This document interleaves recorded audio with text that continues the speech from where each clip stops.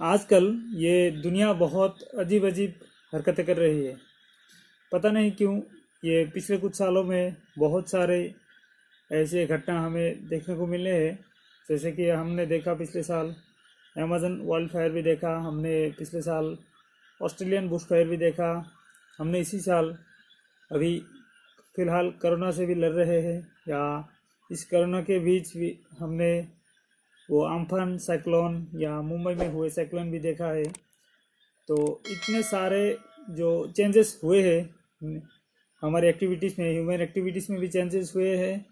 हमारे जो रेस्ट्रिक्शंस है, हमारे जो सोच है, हमारे जो विचार है, उस पर भी हमने बहुत चेंजेस लाए हैं। इसी वजह से हमारे नेचर ने भी कुछ बदलाव लाए हैं, जिसके तहत हमें बहुत सारी मुसीबतें अभी घेर लिया है नेचर ने। तो ये सब होने के बाद अब हमारे असम में ये एक बहुत दर्दनाक हादसा हुआ है, जिसके तहत अब तक 2 लोगों की मौत भी हुई है और बहुत सारी जानवरों का भी मौत हुआ है।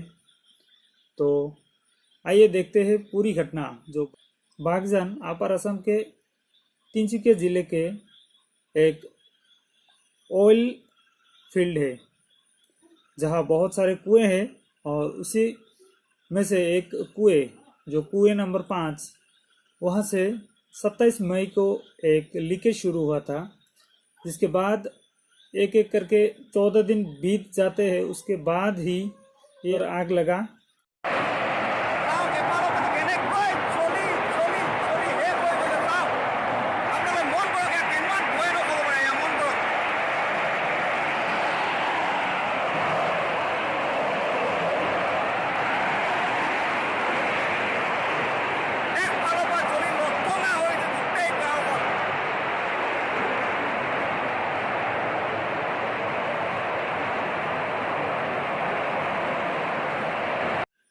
एक बात तो ये है कि लीकेज के कारण अभी भी पता नहीं है, तो हम ये इन्वेस्टिगेशंस के बाद ही आपको बता पाएंगे कि किस वजह से ये लीकेज हो रहा था। फिर 14 दिन बाद जब ये मामला सीरियस हुआ, तब तक ये बहुत भारी मात्रा में तेल बह गया, या उसके बाद बहुत जानवरों का भी ये इस पर मौत हुआ। तो बागजान इलाके में 2003-4 से ये माइनिंग ओल प्रोडक्शन शुरू हुआ है, और उसी में से ओल वेल नंबर 5, जहाँ से ये लीकेज हो रहा था, उस पर एक अहमदाबाद की कंपनी जॉन एनर्जी नाम के एक कंपनी को ऑल इंडिया लिमिटेड के सुपरविज़न के तहत काम करने का अवसर मिला था, जो जिसने कुछ रिपेयरिंग का काम भी किया। तो शायद उस रिपेयरिंग में कुछ गड़बड़ी के तहत ये लीकेज हुआ है।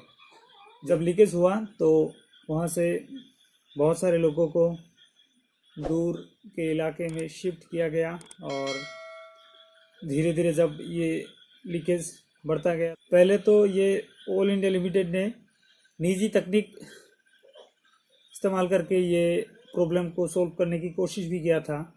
लेकिन जब 3-4 दिन ऐसे बीत गया, तो इसने सोचा कि अब हमसे नहीं हो पाएगा, तो उसने एक्सपर्ट्स को बुलाने की कोशिश भी की।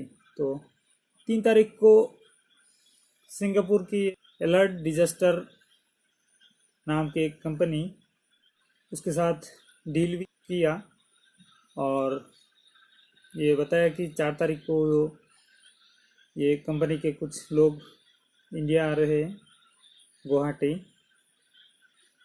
फिर 4 तारीख को एक नोटिफिकेशन जारी करके ये बताया कि वो जो कोविड-19 की वजह से ट्रेवल रेस्ट्रिक्शंस है, उसके वजह से ये अलर्ट डिजास्टर कंपनी के लोग नहीं आ पाएंगे, जिसके कारण 2 दिन और लेट हो गया। लोगों ने यही सवाल करना शुरू किया कि आखिर ये 27 मई से 9 जून तक ये ऑल इंडिया लिमिटेड या फिर ओएनजीसी या फिर सरकार क्या कर रहे थे, क्यों कुछ सीरियस स्टेप नहीं लिया, इमीडिएट स्टेप नहीं लिया। तो इसके तहत हम अगर देखें तो पहले तो ये ऑल इंडिया लिमिटेड ने निजी तकनीक यूज़ करके इसका सॉल्यूशन निकालने की कोशिश भी किया था, लेकिन जब ये नाकाम रहे 3-4 दिन तक, तो उसके बाद ही इसने एक्सपर्ट्स को लाने की सोचा। ये बात भी बहुत सोचने की है कि इंडिया में इतने सारे कोल माइन्स है, इतने सारे गैस क्रैकर प्रोजेक्ट्स है, तो इन सब के बावजूद भी हमारे पास उतना एक्सपर्ट्स नहीं है, अपनी निजी तकनीक नहीं है। किसी भी काम में, किसी भी आपदा में हमारा जो वेल इक्विप्ड एक टीम होता है टीम वर्क के लिए, वो भी नहीं है।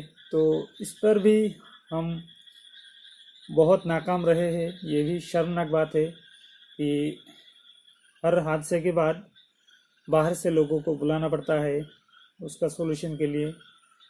तो इस पर भी काम करना बेहद ज़रूरी है।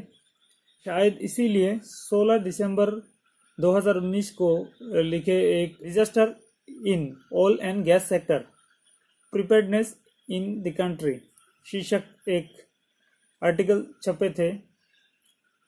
वो उसका ऑल इंडिया लिमिटेड का मैनेजिंग डायरेक्टर, इसने ये चेतावनी देकर कहा कि हमारे पास वेल इक्विप्ड टीम नहीं है जो इस तरह के आपदा को संभाल सके, इस तरह के आपदा में काम आए। तो हमें बाहर से एक्सपर्ट्स लाना बेहद ज़रूरी है और हम इस पर पीछे हैं। तो ये भी सोचने वाली बात है कि हम ऐसे आपदा के लिए अभी तक रेडी नहीं है। और जो आर्टिकल पब्लिश हुआ था वो भी दिसंबर में पब्लिश हुआ था, तो उसके बाद 6 महीने तक शायद इसके लिए भी कुछ सोचा नहीं या इस पर भी कुछ एक्शन नहीं लिया, जिसके वजह से ये हादसा हुआ है। और जब 4 तारीख को एक नोटिफिकेशन मिला, एक मैसेज मिला सिंगापुर से, तो ऑल इंडिया लिमिटेड ने ये बताया कि ये एक्सपर्ट जो अलर्ट डिजास्टर कंपनी के जो एक्सपर्ट्स हैं वो ट्रेवल रेस्ट्रिक्शंस के वजह से आ नहीं पा रहे। तो 2 दिन उस पर भी डिले हो गया। और उसके बाद जब फिर एक वहाँ से मैसेज आया तो उस पर बताया गया कि 2 दिन बाद यानी 7 जून को वो एक्सपर्ट्स आ पाएंगे। और 7 जून शाम को आया भी, और 8 जून 2020 को ये एक्सपर्ट्स की टीम काम में लग गए। तो अभी हम उम्मीद कर रहे हैं कि ये आग जल्द ही ख़त्म हो जाएगा और हम इस मुसीबत से जल्द ही बाहर निकलेंगे। ये मुसीबत तो बेहद छोटी सी एक झलक भी हो सकती है। दिहिंग पटकाई वाइल्ड लाइफ में कोल माइनिंग के लिए जो इजाज़त मिली है कोल इंडिया लिमिटेड को, या फिर देश के बहुत सारे हिस्सों में ये से इलीगल कोल माइनिंग भी चलता आ रहा है बीच बीच में, या फिर हर जगह इंडस्ट्री है, पोल्यूशन है, या फिर हम जो मोटर व्हीकल्स या फिर रेफ्रिजरेटर एक एक तकनीकी चीज़ हम जो अप्लाई करते हैं आजकल, तो ये सारी चीज़ जिम्मेदार है ग्लोबल वार्मिंग के लिए, ये नेचुरल डिजास्टर्स के लिए। तो हमें भी इस पर सोचना है। हमें ये नहीं कि सिर्फ ये प्रॉब्लम सोल्व हो जाए तो बेहद खुश हो जाएंगे। हम तो खुश होंगे, लेकिन आने वाले जो आपदा है उसके लिए भी हमें सोचना है। हमें नेचर का भी ख्याल रखना है। तभी तो हम इस धरती को बचा पाएंगे और यहाँ सुकून से जी पाएंगे। आशा करते हैं इस मुसीबत से हम जल्द ही छुटकारा पाएंगे। धन्यवाद। जय हिंद।